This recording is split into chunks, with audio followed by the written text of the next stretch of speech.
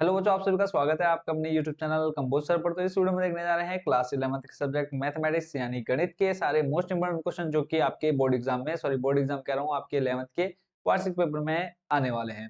तो जितने भी क्वेश्चन बताऊंगा सारे इंपॉर्टेंट है। और इससे पहले मैंने आपको मैथ का एक वार्षिक पेपर दिया था, ठीक है। उस पेपर के भी जितने क्वेश्चन थे सभी के लगभग आंसर इस वीडियो में आपको देखने को मिलने वाले हैं। तो जिन्होंने अब तक वो क्वेश्चन पेपर नहीं देखा है तो एक बार उसको भी जाकर जरूर देख लीजिएगा। उसका लिंक मैं डिस्क्रिप्शन में आपको प्रोवाइड करा दूंगा। और जितने क्वेश्चन आपको दिखाऊंगा सारे मोस्ट इंपोर्टेंट क्वेश्चन है। और जो आपका वार्षिक पेपर आएगा उसमें बस ये कहूंगा कि जैसे आपका यहाँ जो आपको यूनियन दे रखा है, ठीक है, यूनियन कह रहा हूँ सार्वत्रिक दे रखा है, तो यहाँ पे वैल्यूज थोड़ी बहुत चेंज हो सकती है, बट जो क्वेश्चन बनेगा वो आपका सेम टू सेम ऐसे ही देखने को मिलेगा, ठीक है। तो इतना तो आप लोग समझदार हैं कि अगर डिजिट चेंज होते हैं तो उसका आंसर आप इजिली कर सकते हैं। बस आपको ये पता होना चाहिए कि कौन सा क्वेश्चन आपके एग्जाम में आने वाला है। तो कई क्वेश्चन आपके लगभग यहाँ से 60-70% क्वेश्चन आपके सेम टू सेम भी देखने को मिल सकते हैं, ठीक है। 60 to 70% क्वेश्चन आपके सेम टू सेम भी यहाँ से आएंगे, ठीक है। जो क्वेश्चन पेपर मैंने आपको प्रोवाइड करा है उस क्वेश्चन के आंसर भी यहाँ पे आपको सारे देखने को मिलने वाले हैं। तो देर न करते चलते हैं सीधा क्वेश्चन पर। और इससे पहले जिन बच्चों ने अभी तक चैनल को सब्सक्राइब नहीं किया है, चैनल को जरूर सब्सक्राइब कर लीजिए, ताकि जो भी आपके आने वाली वीडियोज है और जो भी आपके एग्जाम से रिलेटेड जानकारी इन्फॉर्मेशन है वो आपके पास टाइम रहते पहुंच पाए। तो सबसे पहला क्वेश्चन देखो, और यहीं से आपके शॉर्ट ऑफ क्वेश्चंस भी बनेंगे, और जो आपके एमसीक्यू क्वेश्चन भी बनते हैं वो भी आपके इसी वीडियो से सारे आपको देखने को मिलने वाले हैं। तो पहला क्वेश्चन आप देख रहे हैं स्क्रीन पर। यदि u, ठीक है, u आपको दे रखा है ब्रैकेट में 1 2 3 4 5 6 7 8 9, a आपको दे रखा है 2 4 6 8 और b आपको दे रखा है 2 3 5 7। तो आपको यहाँ पे क्या प्रूव करना है? पहले तो आपने क्या निकालना है, a यूनियन b निकालना है, फिर उसका आपने डैश कर देना है।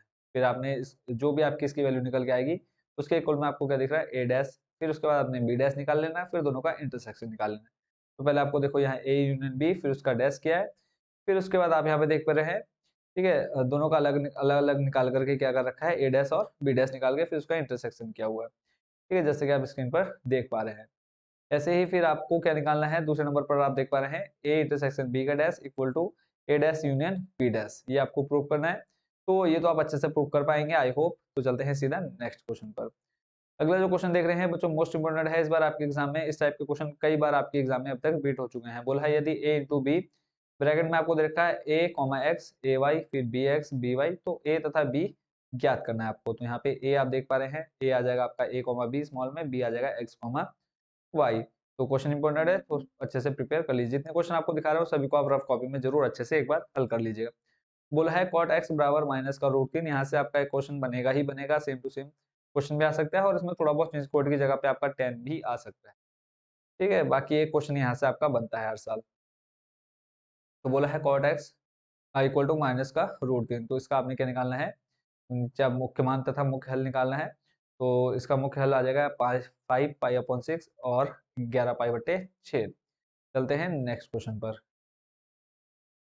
अगला जो क्वेश्चन देख रहे हैं बच्चों आप स्क्रीन पर, बोला है दिया गया कथन, सॉरी क्वेश्चन ये नीचे है, 1.2 plus 2.3 plus 3.4 plus dash N dot N plus 1।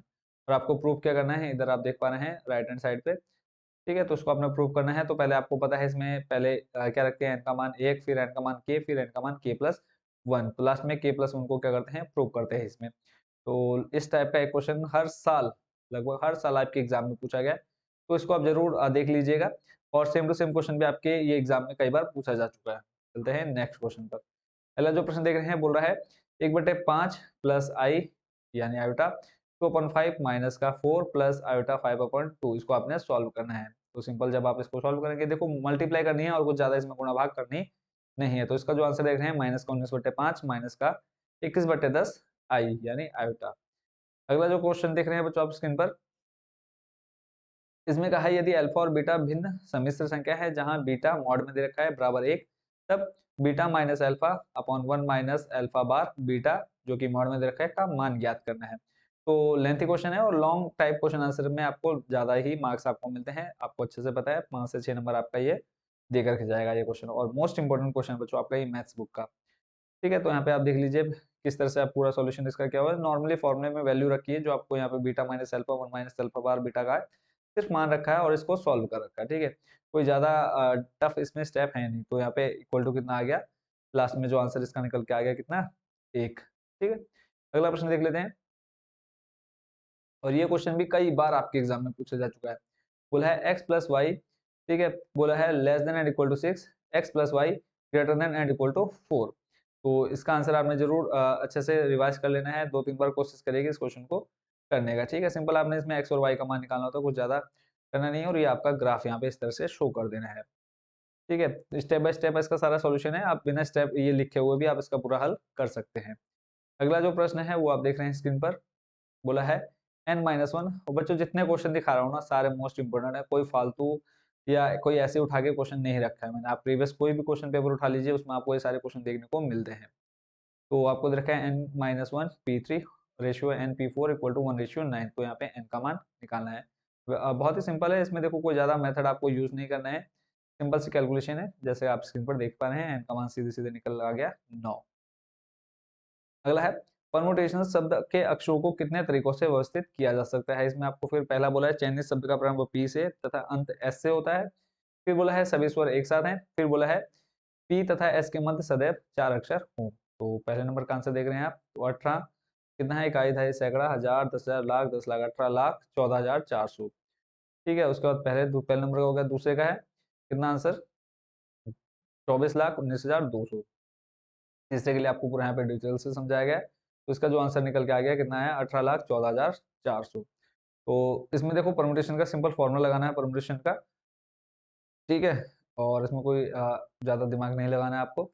तो जब हम दोनों स्थिति एक साथ रखकर बनाए जा सकने वाले क्रमचय कितने हो जाएंगे, यहाँ पे आप देख पा रहे हैं कितना है, गिन लेते हैं, 2,54,51,600। जितना ही है, इकाई, दहाई, सैकड़ा, हजार, 10,000, लाख, 10 लाख, करोड़। ठीक है, अगला जो प्रश्न है वो आपका सिद्ध करने वाला है। सिद्ध इसमें बोला है सिद्ध कीजिएगी NCR plus NCR-1 equal to N+1 CR। ये आपको क्या करना है, प्रूव करना है। इसको किसके, इसको इसके प्रूव करना है।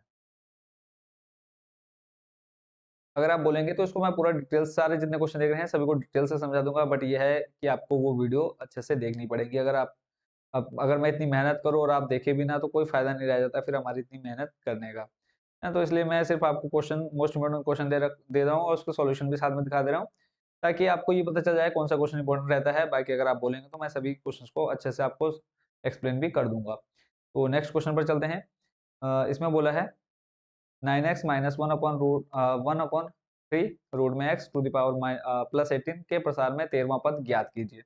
18 तक दे रखा है, बोला इसमें जो स्टार्टिंग टर्म होगा वो आपको फाइंड करना है। तो कैलकुलेशन आप देख रहे हैं, स्क्रीनशॉट लेकर के इस वीडियो रोक करके सभी क्वेश्चंस को आप खुद से सॉल्व करने की कोशिश करिएगा। अगला प्रश्न देख रहे हैं, किसी समांतर श्रेणी का पीवां पद 1/q तथा क्यूवां पद 1/p हो तो सिद्ध कीजिए कि प्रथम pq पदों का योग 1/2 pq+1 होगा, जहां p और q क्या होंगे, बराबर नहीं होंगे। तो स्टेप बाय स्टेप इसका आंसर आप देखिए, समानांतर श्रेणी का आपने इसको पहले भी सॉल्व किया हुआ है। ठीक है, तो ये कंप्लीट आप इसका सॉल्यूशन देख पा रहे हैं, तो pq+1/2 इसका आंसर है। अगला है अनुक्रम 8,88,888,888 के n पदों का योग ज्ञात करना है। तो फॉर्मूला आप लोगों ने क्लास 11 में देख लिया होगा, जिन्होंने नहीं देखा है तो इन क्वेश्चंस को बच्चा आप अच्छे से तैयार कर लीजिए। तो लास्ट में जो पदों का योगफल आ गया वो आ गया 80/81, ब्रैकेट में 10 की घात n-1 bracket close -8/9 n। Clear है, क्वेश्चन को जरूर जितने क्वेश्चन देख रहे हैं सभी को आप अच्छे से जरूर प्रिपेयर कर लीजिएगा। नेक्स्ट जो क्वेश्चन है वो है, बोला है पदों का योग ज्ञात करना है। यहाँ पे आपको पहला और दूसरा 2 क्वेश्चन दे रखे हैं, तो इनको आप खुद से कोशिश करिएगा। जो इससे पहले वाला क्वेश्चन था सेम टू सेम क्वेश्चन आपको देखने को मिल रहा है। तो दोनों का आंसर आप यहाँ पे स्क्रीन पर देख पा रहे हैं। ठीक है, वीडियो को जरूर रोक करके इसको सॉल्व करिएगा। अगला प्रश्न है, बिंदु 3,4 और -1,2 को मिलाने वाले रेखाखंड के लंब समद्विभाजक रेखा का समीकरण ज्ञात कीजिए। बहुत ही शॉर्ट में इसका आंसर आपको देखने को मिल रहा है।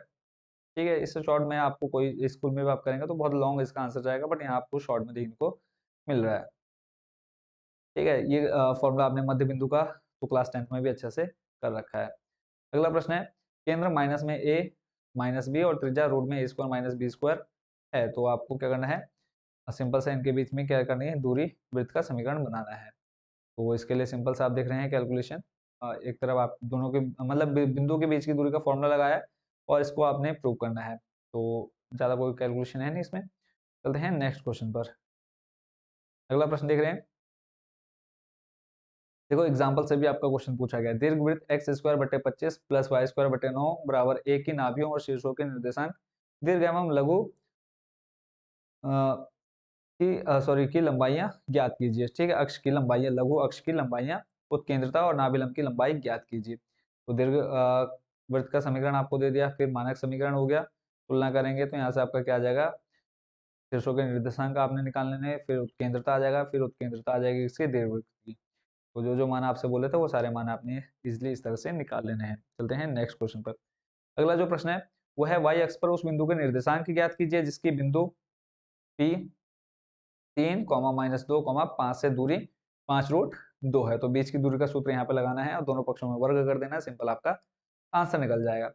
अगला प्रश्न है, इसमें लिमिट वाला है, तो इसमें बोला है limit x tends to 0 x + 1 to the power 5 - 1 upon x। इसको आपने प्रूव करना है। बहुत ही इजी सॉल्यूशन है, अगर जब आप इसको आप रफ कॉपी में करने बैठेंगे तो आपको पता भी नहीं चलेगा कभी आपका सॉल्यूशन हो गया इस क्वेश्चन का। ठीक है, तो इसके बाद नेक्स्ट जो इसका क्वेश्चन देखो, मेनली बस यहीं तक इसका आंसर है, 5 इसका आंसर हो जाएगा। अगला जो क्वेश्चन है वो है limit x tends to 0 sin ax + bx upon में ax + sin bx। बोला है a, b,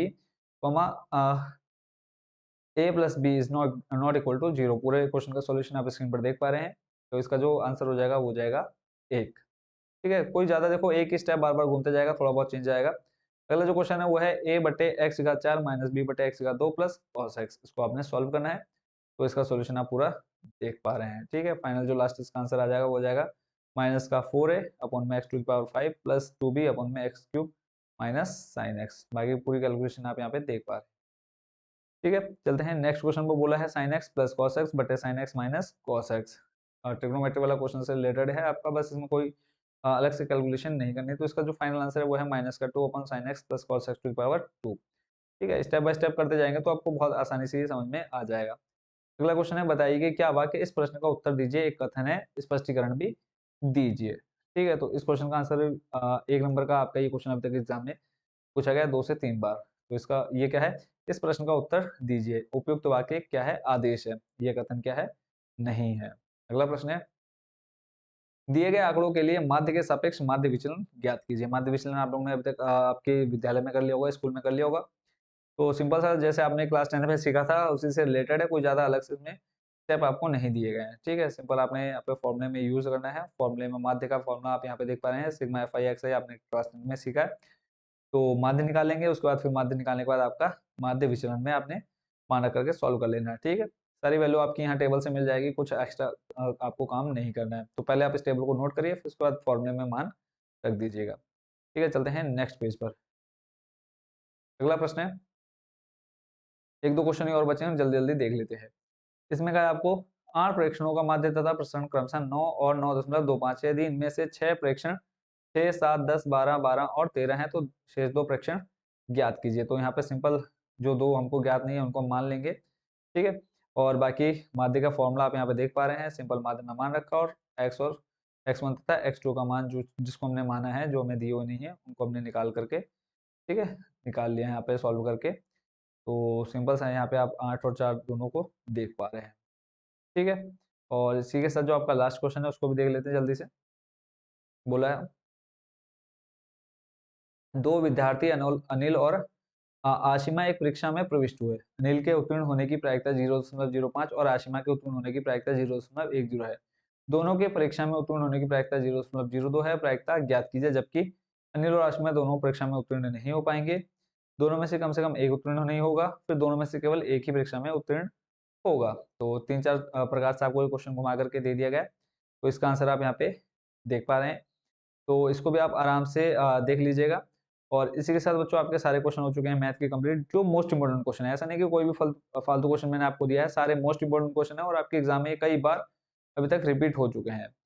ठीक है, तो कोशिश करिएगा इन सभी क्वेश्चंस को आप अच्छे से प्रिपेयर कर लीजिएगा। और फिर भी अगर आपको कोई क्वेश्चन समझ में ना आया तो कमेंट बॉक्स में आप जरूर पूछिएगा, और कोशिश करूंगा इसको मैं अगर टाइम रहा तो मैं आपको हर एक क्वेश्चन को अच्छे से एक्सप्लेन करूंगा। ठीक है, अगर आप कमेंट बॉक्स में बोलते हैं, अगर नहीं है तो मैं सिंपली आपको उसकी PDF प्रोवाइड करा दूंगा। PDF डाउनलोड करके खुद से आप हर क्वेश्चन को सॉल्व करिएगा। तो बच्चों आप सभी को बेस्ट विशेस आपके एग्जाम के लिए। और जिन्होंने अब तक चैनल को सब्सक्राइब नहीं किया है, चैनल को जरूर सब्सक्राइब कर लीजिए अगर आप सच में अच्छे मार्क्स लाना चाहते हैं एग्जाम में। तो मिलते हैं नेक्स्ट वीडियो में नए टॉपिक के साथ। Thank you so much watching for this video.